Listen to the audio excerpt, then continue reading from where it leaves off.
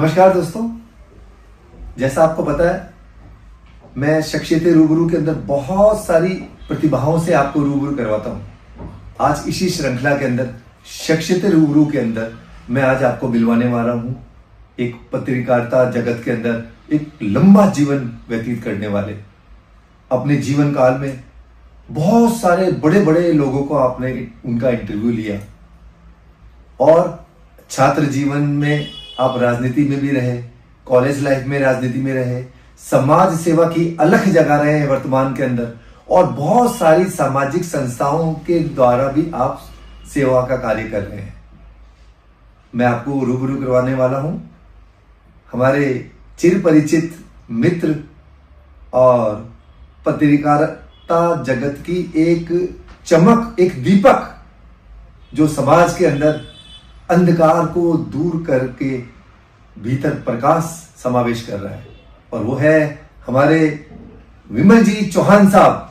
विमल जी चौहान साहब का आज के हमारे जो मेहमान है स्टूडियो के, उनका आपका स्वागत है। विमल जी नमस्कार। राम भाई, आपको और सभी दर्शकों को मैं शुभकामना देता हूँ, बधाई देता हूँ। अब विमल जी का परिचय मैं कैसे दूं आपका जीवन एक विराट जीवन है। बहुत सारे क्षेत्रों में एनजीओ के माध्यम से आपने सेवाएं दी, छात्र जीवन में आप सक्रिय रहे, राजनीति में आप सक्रिय रहे, और पत्रकारिता के अंदर तो आपने बड़े बड़े लोगों का इंटरव्यू लिया। तो सबसे पहले मैं आज के पॉडकास्ट को प्रारंभ करता हूं। चौहान साहब, बताएं आपकी आपने अपने जीवन काल में किन किन विशिष्ट लोगों का, महान लोगों का, बड़े लोगों का और शख्सियतों का आपने इंटरव्यूज लिया, साक्षात्कार लिया?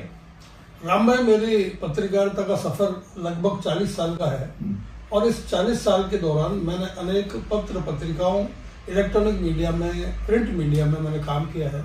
और इस दरम्यान मेरा सौभाग्य है और ईश्वर की कृपा है कि मुझे ऐसे लोगों का इंटरव्यू करने का अवसर मिला जिनके बारे में मैं सिर्फ कल्पना करता था। जैसे मेरे एक जीवन के आदर्श थे अब्दुल कलाम साहब, जो भारत के राष्ट्रपति थे, मुझे उनका इंटरव्यू करने का अवसर मिला। फिल्म कलाकार धर्मेंद्र जी, जितेंद्र जी, हेमा मालिनी जी, जयप्रदा जी, और नहीं जाने कितने, मेरे को तो नाम भी याद नहीं, मैंने इतने कलाकारों का, साहित्यकारों का, रविंद्र जैन जी का, संगीतकार का। और इसमें एक विशिष्ट मैं आपको बताऊं कि भगत सिंह जी की जो बहन है, जो शहीद भगत सिंह जी है, हमारे देश के लिए गौरव की बात थी, उनकी सिस्टर का भी मैंने इंटरव्यू हनुमानगढ़ में किया था, प्रकाश कौर जी का। ये मेरे लिए बड़ी सौभाग्य की बात है, और उनका पिछले दिनों उनका निधन हो गया था। और एक इंटरव्यू मेरे को बहुत याद है कि हमारे लक्की विस्ट है जो भारत के रॉ में काम करते थे। अच्छा। उनका इंटरव्यू होता नहीं है, लेकिन मैंने उनका इंटरव्यू किया। वो नरेंद्र मोदी जी के भी सुरक्षा में रहे, राजनाथ जी की सुरक्षा में रहे, लाल कृष्ण आडवाणी जी की सुरक्षा में रहे, कई विदेशों में उन्होंने भारत के लिए काम किया। और मैंने उनका जो इंटरव्यू किया तो बड़ा रोमांचक इंटरव्यू था।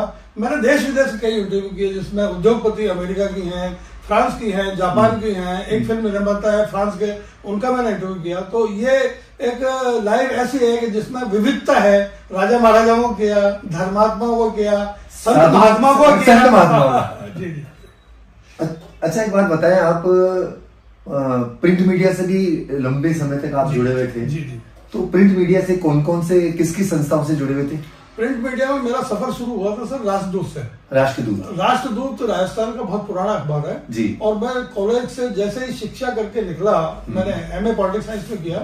उससे पहले मैं छात्र जीवन में भी जनरल सेक्रेटरी था महाविद्यालय का, और राजनीति में भी मैंने प्रवेश किया। लेकिन मैंने एक लाइफ पत्रकारिता में जो शुरू करी थी, तो राष्ट्रदूत में मेरी कोटा में मैंने 15 दिन की ट्रेनिंग ली थी, और मेरी पहली पोस्टिंग 700 रुपए मासिक में कोटा में हुई थी। उसके बाद फिर मैं नवभारत टाइम्स में रहा लंबे समय तक। अच्छा, नवभारत टाइम्स। नवभारत टाइम्स में जब एडिशन हिंदी में शुरू हुआ था जी जी जी जी, हाँ जी। तो मैं यहाँ से संवाददाता था।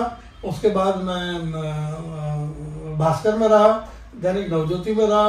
तो इस तरह से मैंने प्रिंट मीडिया में, और मैंने ब्लिट्स के लिए काम किया, जो अच्छा, बॉम्बे से प्रकाशित होता था ब्लिट्स, उसके लिए भी मैं अजमेर जिले का संवाददाता था। फिर मैं इलेक्ट्रिक मीडिया में आ गया। कुछ समय तक मैं ईटीवी में रहा। मैंने ट्रेनिंग ली। आज तक में भी मैंने थोड़े दिन स्ट्रिंगर के रूप में काम किया, और भास्कर टीवी में मैं लंबे समय तक रहा। मतलब देश की प्रमुख प्रिंट मीडिया में भी आप रहे, और अब कहा जाए तो इलेक्ट्रॉनिक डिजिटल मीडिया में भी आप रहे। जी जी जी। तो आप बताएं कि इन दोनों में कुछ फर्क नजर आया आपको, क्योंकि आप लंबे समय से पत्रकारिता के रूप में जुड़े हुए हैं सेवाओं में, तो प्रिंट मीडिया और इसके अंदर कुछ फर्क नजर आया आपको? ऐसा है राम भाई कि प्रिंट मीडिया में जो चीजें लिखी जाती हैं उसको एक लंबे समय तक याद रखा जा सकता है, जबकि इलेक्ट्रॉनिक मीडिया में चीजें आती हैं और चली जाती हैं तो वो जल्दी भूल जाता है, दर्शक भी भूल जाता है। इवन ये है कि हम रिपोर्टर भी अपने खबर कई बार देख ही नहीं पाते हैं। मैं आपको बता दूं आप हमारे दर्शकों को कि ये स्काउट से बहुत जुड़े हुए हैं। बहुत सारी थोड़े कुछ दिन होते हैं इनकी न्यूज आ जाती है, आज वहां पर प्रोग्राम है, आज वहां पर, और सक्रियता दिखाते हैं। तो स्काउट के रूप में आप बताएं कि कहाँ का आपकी मिस्ट्री क्या है इसके पीछे, और कब से जुड़े, और स्काउट से कहाँ कहाँ की आपने किस किस तरह की सेवाएं दी आपने? स्काउटिंग मुझे विरासत में मिली। मेरे पिताजी जगदीश सिंह जी चौहान जो जिला शिक्षा अधिकारी से लास्ट में रिटायर्ड हुए थे, वो 25 साल तक स्काउटिंग में यहाँ स्थानीय संघ के सचिव रहे थे, और उसी के कारण पिताजी की वजह से ही मुझे स्काउटिंग में, मैं जब कक्षा 3 में था तब से लेके आज तक मैं स्काउटिंग में हूँ। और मैंने राष्ट्रपति अवार्ड लिया है, राष्ट्रपति स्काउट रहा हूँ। मैंने 4 जम्बूरी अटेंड करी है जो हर 5 साल में होती है, जिसमें देश विदेश के लोग भाग लेते हैं। और निरंजन आर्य जी जो हमारे इसके संस्था की मुखिया हैं, उन्होंने मेरी योग्यताओं को देखकर मुझे राजस्थान सहायक स्टेट कमिश्नर का जो जिम्मेदारी सौंपी है। मैं पूरे राजस्थान में स्काउटिंग में जा रहा हूँ और ये मेरे रग रग में बसा हुआ है। और सही बात तो ये है राम भाई कि मेरे व्यक्तित्व निर्माण में स्काउटिंग का बहुत बड़ा योगदान है। मैं जिंदगी भर जब तक जीऊंगा तब तक इस संस्था से जुड़ा रहूंगा, क्योंकि इसमें सेवा एकमात्र उद्देश्य है और निस्वार्थ सेवा जो हमारे ब्लड में है। हमें बड़ी खुशी होती है। लोग पूछते हैं समाज सेवा क्यों करते हो, तो भाई मुझे आत्मसंतुष्टि मिलती है, इसलिए मैं समाज सेवा करता हूँ। ऐसे ही कोई नहीं बन सकता। विमल चौहान एक लंबी संघर्ष गाथा है। आप हमें बताएं कि विमल जी, आप कला के क्षेत्र में भी बहुत उत्साहित रहते हैं। मैंने आपके ब्लॉग भी देखे हैं प्रिंट मीडिया के अंदर, आप कला को प्रोत्साहित बहुत करते हैं। तो आप हमारे दर्शकों को बताएं कि कला से कैसे जुड़े हुए आप, संस्कृति कला के अंदर? कला का कोई बीज मेरे में भी है और मुझे यदि कोई कलाकार अपनी कलाकृति के माध्यम से कोई इवेंट करता है, अच्छा नाम करता है, तो मुझे लगता है कि यार हमारे शहर का नाम कर रहा है, हमारे राजस्थान का नाम कर रहा है, हमारे देश का नाम कर रहा है। मैंने सबसे पहले राम जी एक कलाकार थे भंवर जी कुमावत, जो मेरे बड़े भाई की तरह थे। उन्होंने एक चावल के दाने पर 5000 अक्षर खोदकर पूरे वर्ल्ड को अचंभित किया था। मुझे उस कला ने प्रभावित किया और मैंने उस कला को पूरी दुनिया में प्रचारित किया, प्रसारित किया। और इसके लिए मुझे राष्ट्रपति शंकर दयाल जी ने कला प्रोत्साहन के लिए राष्ट्रीय पुरस्कार दिया था। तो ऐसे जीवन में मेरे ऐसे ये पहलू पत्रकारिता में जब आते हैं तो मैं ऐसे किसी भी कलाकार को प्रमोट करना अपना सौभाग्य समझता हूँ। और मुझे बहुत सारे अवसर जीवन में मिले हैं जब मैंने ऐसे कलाकारों को प्रमोट किया है। कला के क्षेत्र में भी आपने बहुत सारी सेवाएं दी। और एक बात चीज आप बताएं, आपने, मैंने सुना है कि आपने पूर्व राष्ट्रपति कलाम साहब, अब्दुल कलाम साहब का भी इंटरव्यूज लिया जी। और सुना है कि वो प्रेसिडेंट तो इंटरव्यूज देते नहीं है, तो आप कैसे सफल हुए और कैसे उन्होंने अपने मन की बात आपसे शेयर की और आपने आम जनता से? राष्ट्रपति जी का इंटरव्यू हमारे प्रोटोकॉल में नहीं आता है, लेकिन यदि राष्ट्रपति चाहे किसी से बात करना तो वो अवसर मुझे मिला। मैं उन्हें अपना आदर्श मानता था। और अब्दुल कलाम साहब टाटगढ़ आए थे, मैं भी टाटगढ़ रिपोर्टिंग के लिए गया था और हमारे लिए एक लक्ष्मण रेखा खींच दी जाती है कि इससे आगे हम नहीं जाएंगे। लेकिन मुझे एक मौका मिला कि मैंने जब अब्दुल कलाम जी से निवेदन किया और उस समय जो हमारे राजस्थान सरकार के मंत्री थे उन्होंने इशारा किया, मेरा परिचय कराया कि ये राजस्थान के सीनियर पत्रकार है और इस तरह से मेरा उनके साथ इंटरव्यू हुआ। मैं आपको एक बात और बता दूं सर कि इसमें राष्ट्रपति से आप राजनीतिक सवाल नहीं कर सकते। ओके। और विज्ञान का ज्ञान इतना बड़ा हमारे पास नहीं है कि जो हम अब्दुल कलाम से मिसाइल मैन से बात कर सकते। इसलिए मैंने जब उनसे इंटरव्यू किया तो मेरा सवाल था कि जिंदगी में अब्दुल कलाम कैसे बना जा सकता। क्या बात है, क्या तो उन्होंने मेरे को नीचे से ऊपर तक देखा और मेरे से कहा your question is very good question. उसके बाद फिर वो क्रम चलता रहा और उन्होंने 9 मिनट तक मेरे को इंटरव्यू दिया, जो मेरे लिए सौभाग्य, जो इतिहास बन गया। जी सर। तो एक पहला इंटरव्यू था जो उन्होंने अपने मन की बात हमारे पत्रकार साहब विमल सिंह चौहान साहब से शेयर की। विमल जी, मैं कई बार ये सोचता हूँ कि जीवन के अंदर ऐसे बहुत से अवसर आते हैं कि जब हमको बड़े बड़े लोगों से हम रूबरू होते हैं और उनसे हम इंटरेक्ट करते हैं, उनसे बातचीत करते हैं। और आपने भी हर क्षेत्र के अंदर काम किया है। राजनीतिक क्षेत्र से भी आप कॉलेज समय से ही जुड़े हुए थे, तो राजनीति, छात्र जीवन से और राजनीति तक का सफर, इसके बारे में भी आप हमारे दर्शकों को बताएं। देखिए राम भाई, मैं 79 में राजकीय सनातन धर्म महाविद्यालय में छात्र संघ का महासचिव चुना गया था। Okay. और 123 बोर्ड थे उस समय, और मेरे को 93 बोर्ड आए, जो आज तक का इतिहास है। न तो मेरे से पहले और न मेरे बाद कभी भी इतने मत किसी को भी प्राप्त नहीं हुए। मैं महासचिव रहा, उससे फिर छात्र नेता के रूप में मेरी पहचान शहर में बनी। मैंने काम भी किया, और महाविद्यालय की जो समस्याएं थी, उन छात्रों की जो भी समस्या रहती थी, मैं उसके लिए लगातार लड़ता था। मैं जयपुर जाता था, विश्वविद्यालय उस समय जयपुर हुआ करता था, मैं उसके अधीन थे, तो मेरा ब्यावर से जयपुर आना जाना रहता था उन छात्रों की समस्या के लिए या कॉलेज की समस्याओं के लिए। वहां से मैंने फिर मेरे काम को देखते हुए मुझे सबसे पहले NSUI कांग्रेस का अध्यक्ष बनाया गया। और विष्णु मोदी जी जब यहाँ से सांसद बने थे तो उनके चुनाव में मैंने काम किया था, तो उन्होंने मेरे काम को से प्रभावित होकर मुझे NSUI का अध्यक्ष बनाया। देन युवक कांग्रेस का उपाध्यक्ष बना। उसके बाद ये क्रम चलता रहा, और फिर मैं सेवा दल में जिला अध्यक्ष बना। अजमेर जिले का 11 साल तक मैं जिला अध्यक्ष रहा। फिर मेरी सेवाएं देखी और मुझे मौका दिया गया प्रदेश में, और मैं 7 साल तक संगठन मंत्री रहा कांग्रेस सेवा दल में। मैंने राजीव गांधी जी के बंगले पर भी सेवा दल की तरफ से जो गार्ड ऑफ ऑनर दिया जाता है, जो सेवा दी जाती है, वो भी मैंने 10 जनपद पे 6 महीने तक दी थी। और नेशनल, इसमें एक ट्रेनिंग होती है राम जी, नेशनल NTC कहलाती है वो मैंने हरिद्वार की थी, जिसमें राजीव गांधी जी उस समय प्रधानमंत्री थे, वो आए थे और उन्होंने मेरे को पुरस्कृत किया था। वहां भी मेरा मीडिया का रोल था कि उस पूरे कार्यक्रम को as a media, as a पत्रकार, मैं सारे देश में उस खबरों को प्रसारित करता था। आप लॉयंस क्लब ब्यावर से भी जुड़े हुए थे, और आप जॉइंट्स क्लब ब्यावर से भी जुड़े हुए थे। बहुत सारी NGO से, सामाजिक संस्थाओं से विमल जी आप जुड़े हुए हैं। तो NGO में आपने क्या क्या कार्य किया, और क्या विजन था NGO को लेकर? आपने दिव्यांगता को लेकर बहुत सारे, एक स्कूल भी चलाया, और जिसमें दिव्यांगों को उनको मुख्य धारा में लाने के प्रयास किए, बहुत सारी सेवाएं दी। तो उसके बारे में बताया हमें कि राम भाई क्या है कि एक तो मेरे जीवन में ये लगता है कि भगवान ने जिनको कुछ नहीं दिया है उनकी सेवा करना, जो बोल नहीं सकते हैं, जो असहाय हैं, जो गरीब हैं, जो जरूरतमंद है, यदि हम उनकी सेवा करते हैं तो हम ईश्वर की कामों में मदद कर रहे हैं, मेरा ऐसा मानना है। इसी भावना के तहत मैंने एक विकलांग स्कूल यहाँ ब्यावर में शुरू करी थी, और लगभग निरंतर 11 साल से मैं उसकी सेवा दे रहा हूँ। उसमें निःशुल्क रूप से उन बच्चों को शिक्षित किया जाता है, उनको आत्मनिर्भर बनाया जाता है, ताकि वो समाज के मुख्य धारा में उनको लाया जा सके, वो अपने पैरों पर खड़े हो सके, वो अपने माता पिता पे बोझ नहीं लगे। इस तरह का हमारा प्रयास था। और आपको ये बता दूं मैं राम भाई कि राजस्थान सरकार ने इसके लिए मुझे बेस्ट स्कूल संचालन के लिए पिछले साल 2 साल पहले राजस्थान सरकार ने मेरे को सम्मानित किया था राज्य स्तर पर। बहुत खुशी की बात है कि आज ऐसी प्रतिभा हमारे स्टूडियो में हमारी मेहमान है। और जैसा सुना है मैंने, चौहान साहब की आंचल, जादूगर आंचल, एक जब छोटी थी, जब से वो अपने जादूगरी से राष्ट्रीय और अंतर्राष्ट्रीय जगह पे जा जाके, ग्लोबली उन्होंने जा जाकर बहुत सारे प्रोग्राम दिए थे। अभी कुछ ही समय पहले ब्यावर में भी उनका प्रोग्राम हुआ था, उसके पहले भी हुआ था। वो मैंने देखा है कि आप सारा प्रोग्राम आपने कोऑर्डिनेट किया, ऑर्गेनाइज किया, और बिटिया आंचल को लेकर आपने हर एक जगह उसको प्रोत्साहित किया। तो इसके पीछे की भी आप हिस्ट्री बताएं, मिस्ट्री बताएं कि उसको कैसे आपने प्रोत्साहित किया और वो कहाँ तक पहुंची है। राम भाई, अजगर बाबा के स्थान पर सांस्कृतिक कार्यक्रम एक लंबे अरसे से होते थे। उसमें जब ये आंचल 5 साल की थी तब अपने पिताजी के साथ आई थी, और इनके पिताजी ने, चूंकि मैं उस कार्यक्रम का संयोजक था, तो मेरे से निवेदन किया कि इस बच्ची को भी एक अवसर दिया जाए। तो मेरे पास कार्यक्रम की बहुत लंबी लिस्ट थी। और अजिताभ शर्मा जी जो उस समय SDM थे, वो कार्यक्रम थे और उनको जाना था, लेकिन उनका आग्रह था, तो फिर मैंने मौका लिया। और आंचल को पहली बार हमने अजगर बाबा के स्थान पर प्रस्तुत किया। तब से वो एक रिश्ता बन गया, वो मुझे अपने पिता तुल्य समझती है, और मैं भी उसको अपनी बेटी की तरह मानता हूँ।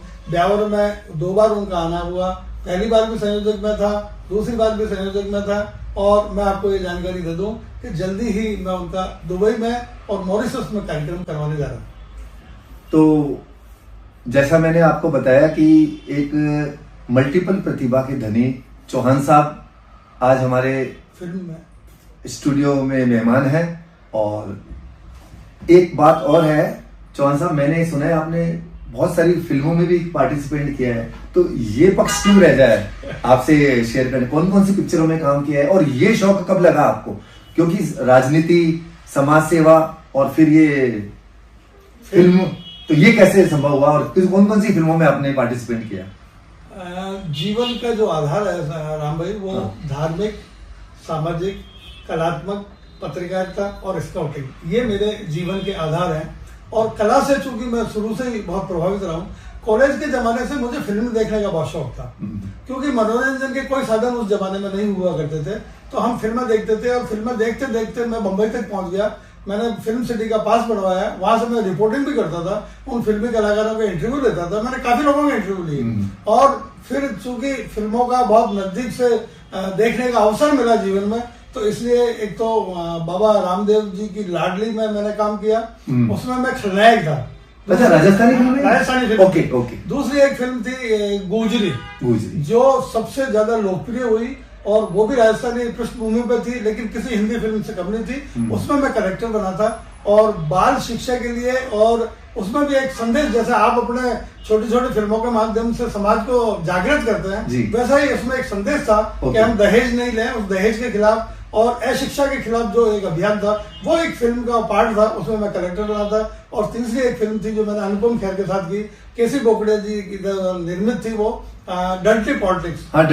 उसमें भी मैं पत्रकार का रोल, उन्होंने कहा कि तुम्हें एक अभिनय करना है। मैंने कहा मैं अभिनय तो नहीं कर पाऊंगा, लेकिन मैं इसमें पत्रकार बनाऊंगा, और मैंने पत्रकारिता के रूप में अनुपम खेर से सवाल किए थे। और मजे की बात यह है राम भाई, जब मैंने उनसे सवाल किए तो वो अपने डायलॉग भूल गए, और उन्होंने मेरे से कहा यू आर प्रोफेशनल आर्टिस्ट। मैं कहा नो सर, आपने इतनी जल्दी ये इस तरह से की। मैंने कहा जी 40 साल से सवाल ही तो पूछ रहा हूँ। बेसिक काम तो वही है जी।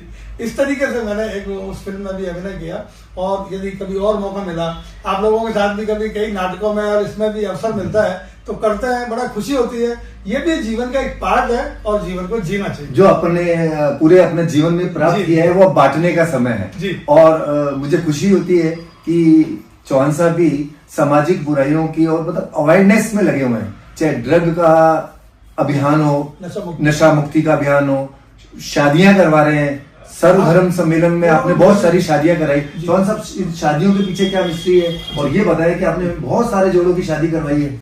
तो राम भाई, सबसे पहले मैं ये बताऊं कि गरीब जो माता पिता होते हैं, गरीब परिवार होते हैं, वो अपनी बेटियों की शादी करवाना उनके लिए आज के जमाने में बड़ा दुर्लभ हो गया है। महंगाई का जमाना, दिखावे का जमाना, प्रतिस्पर्धा की लड़ाई, तो एक गरीब आदमी के लिए तो एक सपना हो गया। कई परिवारों में देखा वो अपने बच्चों की शादी कैसे करें। कई लोगों के जैसे पिताजी एक्सपायर हो गए, अब उनका नाना शादी कर रहे हैं या मामा शादी कर रहे हैं। तो मैंने ये भीलवाड़ा में देखा कि 2 सर्वेंट काम करने वाली जो महिलाएं थी, उनकी 4 बच्चियां थी। अब समय पर यदि उनकी शादी नहीं होगी तो उनके साथ या तो अनिति होगी, या फिर बड़ा वो होगा जिसकी हम कल्पना भी नहीं कर सकते।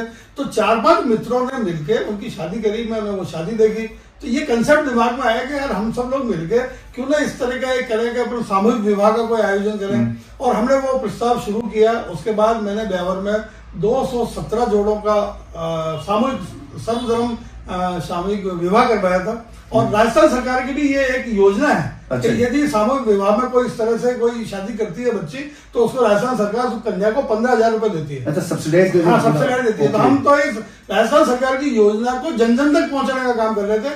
और आपको ये बताते हुए मुझे बहुत खुशी है कि अब तक हमारी संस्था ने राजस्थान में ऐसे जरूरतमंद परिवारों की 4,000 कन्याओं का सामूहिक विवाह में शादियां करवाई, और उनको 50-50 गज के प्लॉट भी दिए। वाह, बहुत। और अभी इसी को लेकर 26 जनवरी को जिला कलेक्टर साहब ने जिला स्तर पर मेरे को सम्मानित किया था। ये मेरे लिए एक सुखद है कि इतनी लड़कियों का कन्यादान किया, तो कहीं ना कहीं उन बेटियों को आशीर्वाद मिला हुआ। बहुत बड़ी सेवा है, बहुत बड़ी सेवा है, बहुत बड़ी सेवा है। मैं पूछना चाहूंगा कि बहुत सी किताबी बुक्स आपने लिखी है, मैंने सुना है। कौन कौन सी बुक्स आपने लिखी है, और उस बुक्स के अंदर क्या प्रकाशित है, आप हमारे दर्शकों को जरूर बताएं। सबसे पहले मैंने छात्र जीवन में राजकीय जैन गुरुकुल स्कूल में जब मैं पढ़ता था, तब वहां की जो वार्षिक मैगजीन निकलती थी उसका संपादन किया। चूंकि लिखने का उस जमाने से ही शौक था। उसके बाद मैं छात्र नेता के रूप में महाविद्यालय में आया और मैं जनरल सेक्रेटरी बना। तो जो महाविद्यालय की किताब निकलती थी उसका मैंने प्रकाशन किया। फिर मैंने एक किताब लिखी शख्सियत। उसमें जैसे आप शख्सियत का इंटरव्यू लेते हैं, ऐसे ही मैंने उसमें कुछ शख्सियत के इंटरव्यू लिए थे। वो मेरी एक किताब छपी थी। उसके बाद मैंने एक विजयनगर में पीके जैन हॉस्पिटल है, जो अजमेर संभाग का सबसे बड़ा हॉस्पिटल था, उसको लेके मैंने एक किताब लिखी थी। और अभी ये किताब मैंने इस कन्यादान को लेके लिखी है। जिसको हमारे राम जन्मभूमि के जो कोषाध्यक्ष हैं गुरुजी, उन्होंने इसका विमोचन किया। और ये किताब देश के विभिन्न राजनेताओं, महाराजाओं, पॉलिटिशियनों, समाज सेवियों को भेंट की गई है। और इसके पीछे भी भावना यही है कि हम सामूहिक विवाह कैसे करें, समाज की कुरीतियों से हम कैसे समाज को बाहर निकालें, हम समाज को क्या योगदान कर सकते हैं, ये इन किताब के पीछे मूल है। और एक भावना और है, जो मेरी 2 किताबें आ रही हैं, उसमें अब तक मैंने जो 250 इंटरव्यू किए हैं देश विदेश के विभिन्न प्रतिभाओं के, विभिन्न शख्सियतों के, उनको लेकर मैंने एक पुस्तक मैं लिख रहा हूँ, मेरी कलम का सफर। मेरी कलम का सफर। ये मेरी एक किताब आ रही है। और एक मैंने भंवर जी को लेकर किताब लिखी है, जो उन्होंने चावल पर कलाकृति बनाई थी, वो पूरे विश्व में उन्होंने दी थी, तो उसको लेकर भी एक पुस्तक लिख रहा हूँ, एक चावल की विश्व यात्रा। ये 2 किताबें मेरी अभी लिखी जा रही है। एक चावल की विश्व यात्रा, वाह। हाँ, ये उसका टाइटल है और वो भंवर जी पर समर्पित है, जो जिनकी वजह से वो काफी बड़ा। मैं एक निवेदन करना चाह रहा था जी, कि आप भी कर लीजिए जगमग जहां, आप भी कर लीजिए जगमग जहां, ये दीपक तो तब जला जब घर जला। तो जीवन को जलाना पड़ता है, तब वो कहीं प्रकाश दे पाता है। और मैं कुछ उन लोगों के लिए भी कहता हूँ कि राम भाई, जीवन में कई लोग आते हैं, कई लोग चले जाते हैं, लेकिन कुछ लोग हमें जीवन भर याद रहते हैं। ऐसे लोगों के लिए भी मैं कहना चाहता हूँ कि स्वार्थी मत बनो, अपने लक्ष्य को निर्धारित करो, लेकिन जीवन के संबंधों को ईमानदारी से निभाओ। और जो काम कर रहे हो उसको ईमानदारी से करो, कहीं कोई दिक्कत नहीं है, आपके जीवन भी बड़े सहजता और सुगमता से व्यतीत होगा। उनके लिए मैं कहना चाहता हूँ कि मैं जिसे समंदर देना चाहता था, मैं जिसे समुंदर देना चाहता था, उन्होंने अपने लालच में तालाब के लिए अपना ईमान बेच दिया। ऐसे लोगों का क्या करो, ऐसे लोगों से दूर करो। नमस्ते, जय हिंद, जय भारत। आपकी बातों को जो आपने कहा ना कि स्वार्थी नहीं, सारथी बनो, सारथी बनो। और ये थे विमल जी चौहान साहब, जिनसे बहुत सी बातों पॉडकास्ट में आपको भी अपडेट हुए, मुझे भी उनके बारे में जानने को मिला, क्योंकि ये ज्ञान और सेवा के जले हुए दीपक हैं। एक जला हुआ दीपक हजारों बुझे हुए दीपक को जला सकता है, एक बुझा हुआ दीपक किसी को भी नहीं जला सकता।